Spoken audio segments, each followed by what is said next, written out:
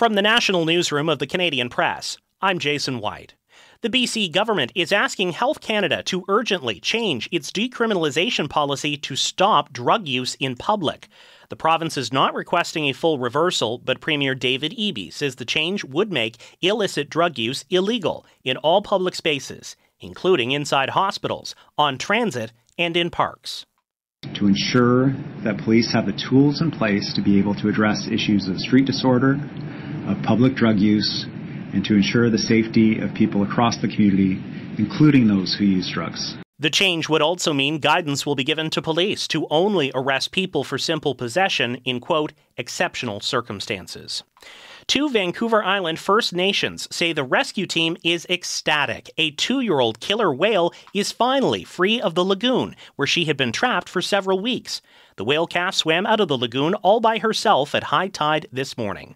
The Ahadisat and Nuchatlet First Nation say they will now encourage the whale to move toward the open ocean so she can reunite with her family pod. Prime Minister Justin Trudeau is calling an incident on an Air Canada flight involving Assembly of First Nations National Chief Cindy Woodhouse-Nepenak unacceptable. The flight crew had her headdress taken away from her, put in a garbage bag, and removed from the airplane's cabin. It is an unfortunate situation that I hope is going to lead to a bit of learning, not just by Air Canada, but a lot of different institutions. The Federal Minister of Crown Indigenous Relations is outraged and calling on Air Canada to make things right with Woodhouse-Nepenak. Air Canada says it has apologized and is reviewing its policies. Canada is pledging another $3 million for drone production to support Ukraine's fight against Russia's invasion. Defense Minister Bill Blair says it's being made with the United Kingdom.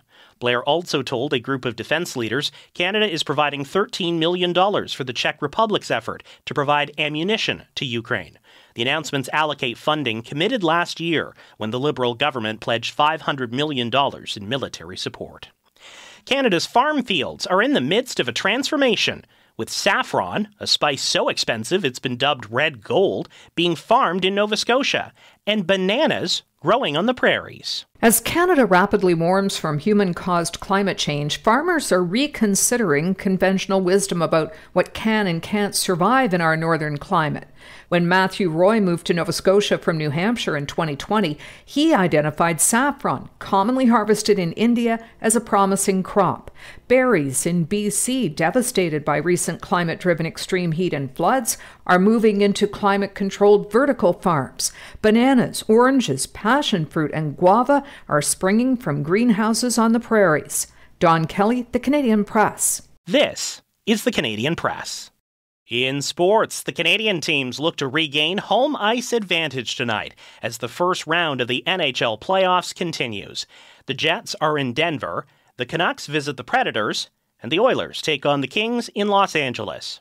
All three Canadian teams split the first 2 games of their series at home and now have to win a game on their opponent's turf. Star winger William Nylander was a full participant in practice with the Maple Leafs today, as Toronto prepares to resume its NHL first-round playoff series with Boston. Nylander missed the first 3 games of the series with an undisclosed injury.